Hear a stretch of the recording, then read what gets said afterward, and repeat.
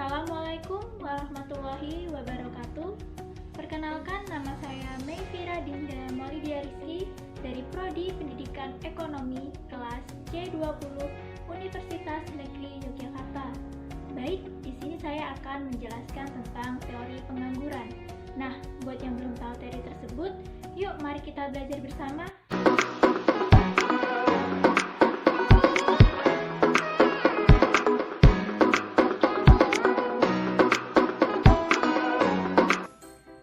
Sering mendengar kata pengangguran. Terlebih lagi pada masa pandemi ini, banyak karyawan yang di-PHK dan sulitnya menemukan lowongan pekerjaan. Berdasarkan pengertiannya, pengangguran adalah orang yang masuk dalam angkatan kerja yang biasanya berumur 15 hingga 65 tahun yang sedang mencari pekerjaan namun belum mendapatkannya. Seseorang yang tidak bekerja tetapi tidak secara aktif mencari pekerjaan tidak tergolong sebagai penganggur. Contoh orang yang tidak aktif mencari pekerjaan di sini adalah seperti ibu rumah tangga, anak sekolah, mahasiswa perguruan tinggi, dan lain sebagainya yang karena sesuatu hal belum atau tidak membutuhkan pekerjaan. Di sini saya akan menjelaskan tentang peningkatan pengangguran akibat masa pandemi ini. Berdasarkan ciri-cirinya, Sadono Sukirno mengklasifikasikan pengangguran menjadi 4 kelompok, yaitu pengangguran terbuka, pengangguran tersembunyi, setengah menganggur, dan pengangguran bermusim. Pengangguran terbuka adalah tenaga kerja yang sungguh-sungguh tidak mempunyai pekerjaan padahal telah berusaha mencari pekerjaan.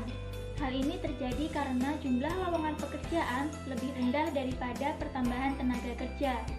Sedangkan pengangguran tersembunyi adalah tenaga kerja yang tidak bekerja secara optimal karena suatu alasan tertentu.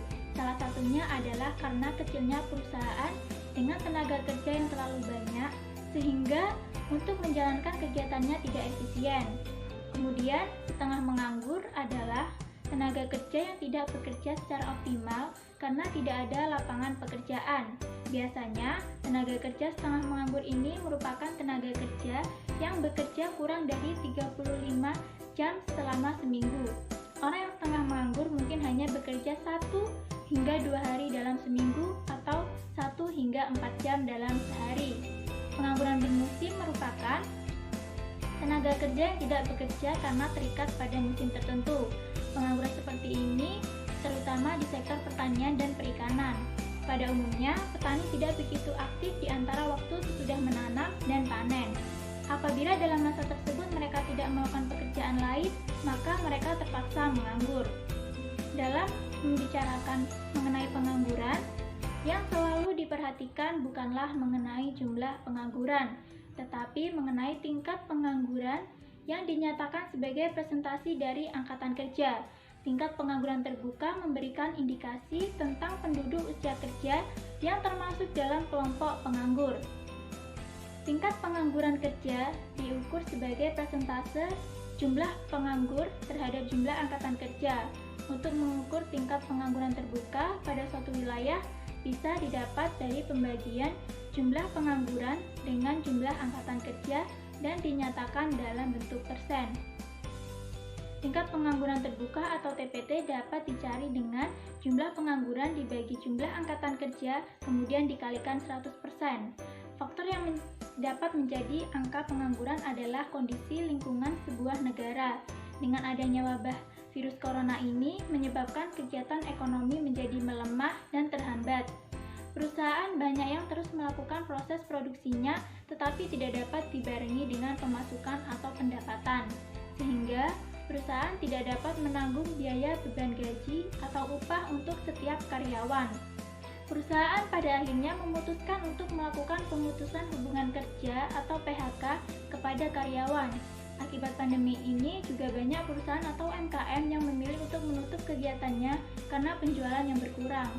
Akibat dari melemahnya ekonomi ini, lowongan pekerjaan juga semakin sedikit. Dari Badan Pusat Statistik pada Agustus 2020, jumlah angkatan kerja adalah 138,22 juta orang dengan jumlah pengangguran sebanyak 7,07% atau 9,7 juta orang.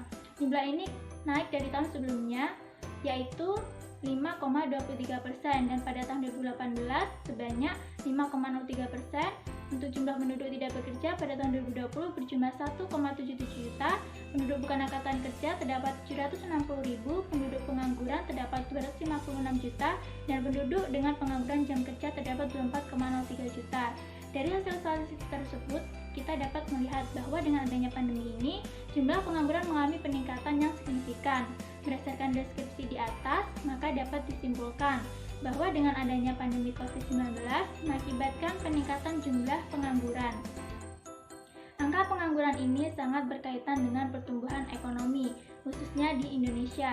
Dengan adanya penurunan ekonomi, banyak perusahaan yang terpaksa memberhentikan karyawannya sehingga menambah jumlah pengangguran.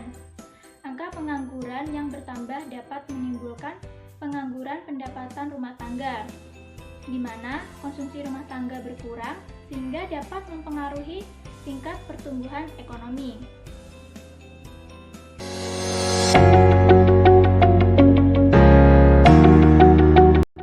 Sekian video pembelajaran dari saya, kurang lebihnya saya memohon maaf yang sebesar-besarnya.